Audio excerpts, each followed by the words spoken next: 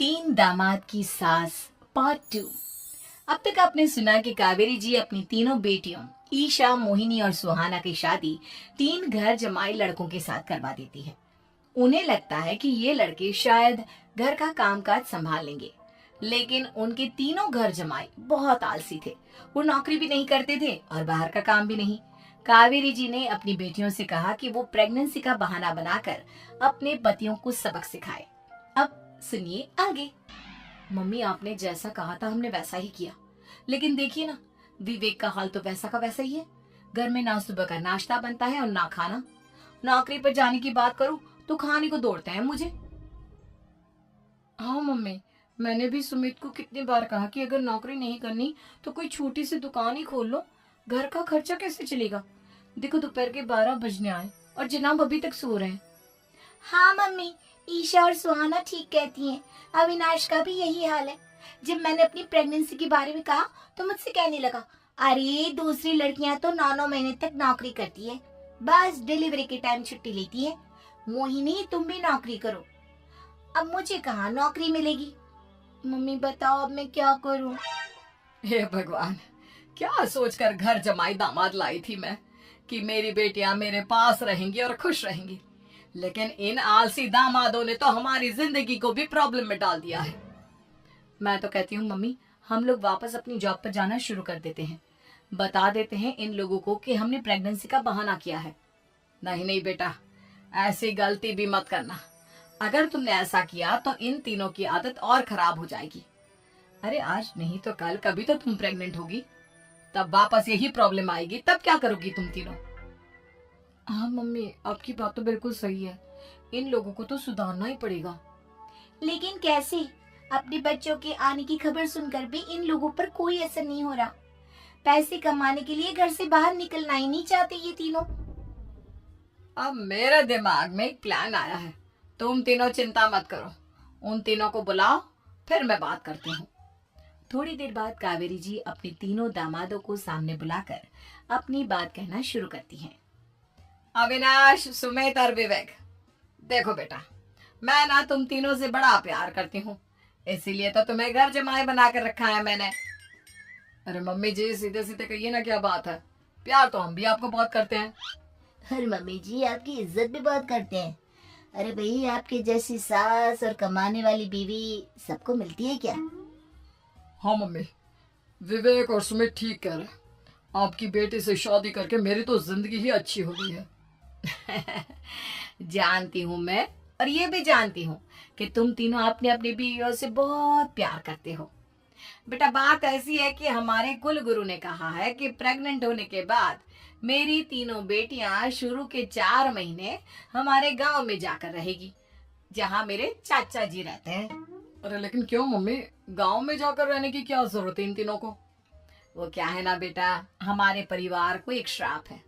अगर मेरी बेटियों ने यहाँ पर बच्चा पैदा करने की कोशिश की तो उनके बच्चों को कुछ भी हो सकता है। इसलिए अब से लेकर 4 महीने पूरे होने तक इन्हें गांव वाले घर में रहना पड़ेगा। हाँ, तो इसमें प्रॉब्लम क्या है मम्मी जी? हम भी वहाँ जाकर रहेंगे, पिकनिक मनाएंगे। अरे भाई, बीवी जहाँ हम भी वहाँ। हाँ यार, आइडिया तो बहुत अच्छा है। शहर की जिंदगी में रह रहकर परेशान हो चुके हैं, अब कुछ दिन गांव में बिताएंगे। तुम लोग समझने की कोशिश क्यों नहीं करते? तुम में से कोई भी वहां नहीं जा सकता, और मैं यहाँ रहूंगी ना तुम तीनों के साथ। 4 महीने की तो बात है, उसके बाद ये तीनों ही लौट कर आ जाएंगी। ठीक है मम्मी जी, अब हमारे बच्चों का सवाल है तो ये तो करना ही पड़ेगा। कावेरी अपनी तीनों बेटियों को कुछ दिन के लिए घर से बाहर कहीं दूसरे शहर में रहने के लिए भेज देती है। कुछ दिनों के बाद, अरे मम्मी जी, बहुत दिन से पिज्जा नहीं खाया, मंगवाइए ना। क्या बताऊं बेटा, पहले तो बेटियां खर्चा दे देती थी क्योंकि उनकी नौकरी थी, लेकिन अब तो मेरे पास पैसे ही नहीं बचे। थोड़े बहुत पैसे हैं जो बच्चों की डिलीवरी में काम आएंगे। लेकिन मम्मी जी, आपकी बेटियों को वापस आने में तो अभी बहुत वक्त बाकी है। वही सोच सोच कर परेशान हो रही हूँ।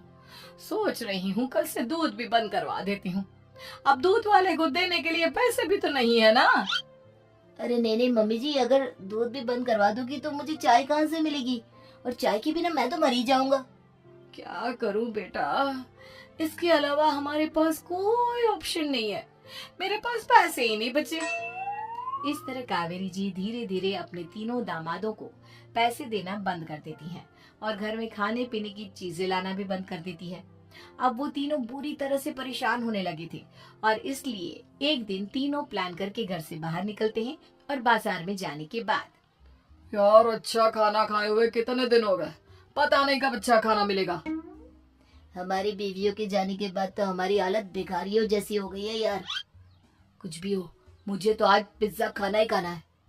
जेब में 1 रुपया नहीं है और पिज्जा खाएगा, कहाँ से आएंगे पैसे? अरे देख वहाँ सामने बोर्ड पर क्या लिखा हुआ है, कंप्यूटर पर काम करने के लिए एक आदमी की आवश्यकता है।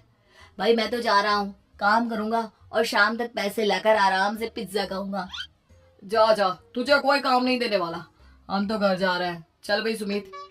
सुमित और अविनाश वहां से चले जाते हैं और विवेक उस कंप्यूटर शॉप पर सारा दिन काम करके 5,000 रुपए कमा कर घर लौट कर आता है और अपने खाने के लिए अच्छी अच्छी चीजें भी लेकर आता है। ये देखकर विवेक और सुमित के दिल में भी कुछ पैसे कमाने की इच्छा जागती है। अरे सुबह सुबह कहाँ चल दिए तुम? मम्मी जी एक बहुत अच्छी जगह मिली है, कंप्यूटर पर काम करने के 5,000 मिले थे कल मुझे। अगर रोज काम करूंगा तो पूरे 40,000 की तनख्वाह। अरे वाह, ये तो बहुत अच्छी बात है दामाद जी, आपको जाना ही चाहिए। सुमित और अविनाश विवेक को इस तरह तरक्की करते देखकर परेशान हो जाते हैं और वो दोनों भी काम की तलाश में निकल पड़ते हैं। धीरे धीरे उन दोनों को भी काम मिल जाता है। अब कावेरी के तीनों दामाद छोटी मोटी नौकरी करके अच्छा पैसा कमाने लगे थे। एक दिन कावेरी उन्हें अपने पास बुलाती है। अरे वाह, विवेक 40,000 कमा लेता है, अविनाश 60,000 और सुमित तुम भी 40,000 के आसपास कमा ही लेते हो। कुल मिलाकर तुम अच्छे खासे पैसे कमा रहे हो बेटा।